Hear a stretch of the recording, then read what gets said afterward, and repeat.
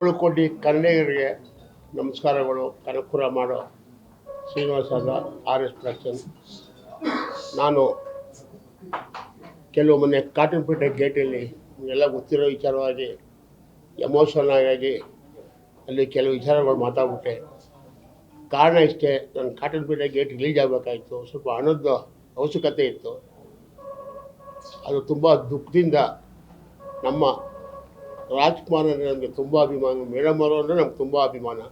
ಅವಾಗಿಂದ ಪಾಪ ಪುನೀತ್ ಸರ್ ನಮ್ಮ ದೇವರೇ ಅವರು. ನನ್ನ ಜೊತೆ ಸಿನಿಮಾ ಮಾಡೋಕ್ಕೆ ಮುಂಚೆಯಿಂದನೂ ಅವ್ರ ಜೊತೆ ನಂದು ವಹಿವಾಟಿದೆ.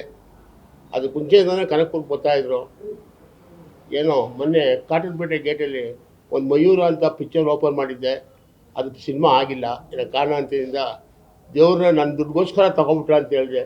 ದಯವಿಟ್ಟು ನೀವು 7 ಕೋಟಿ ಕನ್ನಡ ಸಂಶಯಕ್ಕೂ ಆ ಮಾತನ್ನ ಇವತ್ತು ವಾಪಸ್ ತೊಗೋತಾ ಇದ್ದೀನಿ. ಅವ್ರು ದೇವರಾಗೇ ಇರ್ತಾರೆ ಅಂದ್ಕೊಂಡಿದ್ದೀನಿ.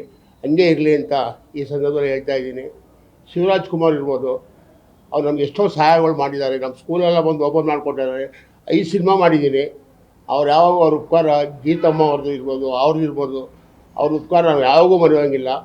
ಏನೋ ಸಂದರ್ಭದಲ್ಲಿ ಏನೋ ಸಣ್ಣ ಪಣ್ಣ ಮಾತು ಏನಾರ, ನಾನು ಎಜುಕೇಟೆಡು, ನಿಮಗೆಲ್ಲ ಗೊತ್ತು, ನಾನು ಓದಿಲ್ಲ, ಮನಸ್ಸಲ್ಲಿ ಏನಿದೆ ಅದು ಹೇಳ್ಬಿಟ್ಟಿದ್ದೀನಿ. ಶಿವಣ್ಣ, ದಯವಿಟ್ಟು ನಿಮಗೆ ಕೈ ಮುಗ್ಕೋತೀನಿ. ನಿಮ್ಮ ಪಿಕ್ಚರ್ ನಾವು ಇನ್ನೂ ಮಾಡಬೇಕು.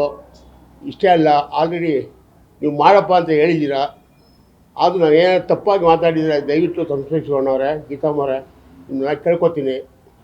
ಮತ್ತೊಂದು, ನಮ್ಮ ಪುನೀತ್ ರಾಜ್ಕುಮಾರ್ ಅಭಿಮಾನಿಗಳು ಎಲ್ಲರೂ, ಸಾರಾಗೋವಿಂದ್ ಸಾರ್ ಇರ್ಬೋದು, ಎಲ್ಲ ಇರ್ಬೋದು, ನಿಮ್ಗೇನಾರ ಪುನೀತ್ ಬಗ್ಗೆ ನಾನು ಮಾತಾಡಿರೋದು ನಿಮ್ಗೇನಾರ ನೋವಿಸಿದೆ ನಾನು ದಯವಿಟ್ಟು ಸಂಸ್ಬಿಡಿ. ತಪ್ಪಾಗಿ ಏನೋ ಅಂದ್ಬಿಟ್ಟಿದ್ದೀನಿ. ಹಣದ ಅವಶ್ಯಕತೆ ಇತ್ತು ನನಗೆ. ಪಿಕ್ಚರ್ ರಿಲೀಸ್ ಆಗಿಲ್ಲ, ನಿಮಗೆ ಗೊತ್ತು. 2 ವರ್ಷದಿಂದ ಸಿನಿಮಾ ರಿಲೀಸ್ ಆಗ್ತಾಯಿಲ್ಲ. ಹಣ ಥಿಯೇಟ್ರೆಲ್ಲ ಅಡ್ವಾನ್ಸ್ ಕೊಟ್ಟರೆ ಸಿನಿಮಾ ಆಗ್ತೀನಿ ಅಂತವ್ರೆ. ಅದು ಆರ್ಟಿಸ್ಟ್ ಯಾರೂ ಇಲ್ಲ. ಆ ಇದರಿಂದ ನನ್ನ ಸಿನಿಮಾ ರಿಲೀಸ್ ಆಗಲಿ ಅಂತ ದುಃಖದಲ್ಲಿ ಹೇಳಿದ್ದೀನಿ. ಅದು ಬಿಟ್ಟರೆ ಬೇರೆ ಇನ್ನೇನೂ ಇಲ್ಲ, ಇನ್ನೊಂದೂ ಇಲ್ಲ. ನನ್ನ ಪಿಕ್ಚರ್ ರಿಲೀಸ್ ಆಗುತ್ತೆ. ದರ್ಶನ್ ನಮ್ಮ ಹೇಳ್ಬೇಕು ಮಾಸ್ ಹೀರೋ. ನಾನು ಫಸ್ಟು ಅವ್ರಿಗೆ ಜೊತೆಲಿ ಕುತ್ಕೊಂಡು ವರ್ಷಾನ್ಗಟ್ಟಲೆ ನಾವು ಮಾಡಿರೋದು.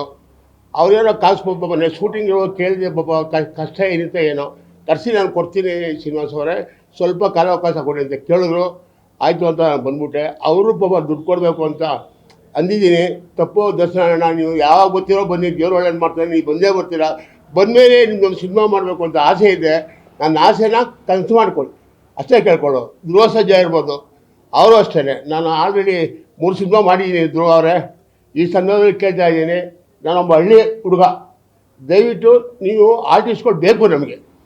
ಆರ್ಟಿಸ್ಟ್ ಇದ್ದರೆ ಸಿನಿಮಾ ಮಾಡೋಕ್ಕಾಗಲ್ಲ. ದಯವಿಟ್ಟು ನಮಗೊಂದು ಕಾಲ್ ಶೀಟ್ ಕೊಟ್ಟು ನೀವು ದುಡ್ಡು ಏನೂ ಕೊಡಬೇಡಿ. ನಿಮ್ಗೆ ಏನಾನ ಕೊಡಬೇಕು, ಇವಾಗ ತೊಗೋತಾ ಇದ್ದೀರೋ ಅಷ್ಟೇ ಹಣ ಕೊಡ್ತೀವಿ. ಒಂದು ಒಳ್ಳೆ ಡೈರೆಕ್ಟ್ರ್ ಕರ್ಕೊಬರ್ತೀನಿ, ನನಗೆ ಸಿನಿಮಾ ಮಾಡಿಕೊಡಿ. ಅದು ಬಿಟ್ಟರೆ ಬೇರೆ ಇನ್ನೊಂದೂ ಇಲ್ಲ. ಆಮೇಲೆ ನಮ್ಮ ಡೈರೆಕ್ಟ್ರ್ ಇರ್ಬೋದು, ಪ್ರೇಮ್ ಇರ್ಬೋದು, AP ಅರ್ಜುನ್ ಇರ್ಬೋದು, ಅವರು ಇವಾಗೆಲ್ಲ ನಮ್ಮ ಚೇಂಬರಿಂದ ಎಲ್ಲರೂ ಮಾತಾಡಿದ್ದಾರೆ.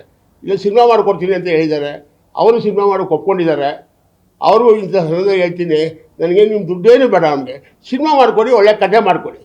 ಯಾಕೆ 4 ಜನಕ್ಕೆ ಅನ್ನ ಸಿಕ್ಕಲಿ ಅಂತ ನಾನು ಬಂದಿರೋದು. ನನಗೂ ದೇವ್ರು ತಿನ್ನಕ್ಕೆ ಉಣ್ಣಕ್ಕೆ ಎಲ್ಲ ಕೊಟ್ಟಿದ್ದಾರೆ. ಅದು ಬಿಟ್ಟರೆ ಬೇರೆ ಏನಿಲ್ಲ. ದಯವಿಟ್ಟು ನೀವೆಲ್ಲ ಸಹಕರಿಸ್ಬೇಕು. ಇನ್ನು ಕನ್ನಡ ಇಂಡಸ್ಟ್ರಿಲಿ ನಾನು ಉಳಿಸ್ಕೊಳ್ರಿ. ಕನ್ನಡ ಇಂಡಸ್ಟ್ರಿ ಇನ್ನು 10 ಸಿನಿಮಾ ಮಾಡಬೇಕು ಅಂದ್ಕೊಂಡಿದ್ದೀನಿ. ಇನ್ನೂ ಒಂದು 15 ವರ್ಷ 20 ವರ್ಷ ಮಾಡಬೇಕು ಅಂದ್ಕೊಂಡಿದ್ದೀನಿ. ನನಗಿನ್ನೂ 65 ಏಜು, ಇನ್ನೂ 10 ವರ್ಷ ಮಾಡ್ತೀನಿ ಅಂದ್ಕೊಂಡಿದ್ದೀನಿ. ನೀವೆಲ್ಲ ಸಹಕಾರ ಕೊಟ್ಟರೆ, ಪ್ರೆಸ್ ಇರ್ಬೋದು, ಮೀಡಿಯಾ ಇರ್ಬೋದು, ಎಲ್ಲ ಸಹಕಾರ ಕೊಡಿ ಅಂತ ಈ ಸಂದರ್ಭದಲ್ಲಿ ಕೇಳಿಕೊಂಡು ನೀವು ಕೈ ಮುಗಿ ಕನ್ನಡ ಬೇಡ್ಕೊತಾ ಇದ್ದೀನಿ. ಜೈ ಹಿಂದ್, ಜೈ ಕರ್ನಾಟಕ.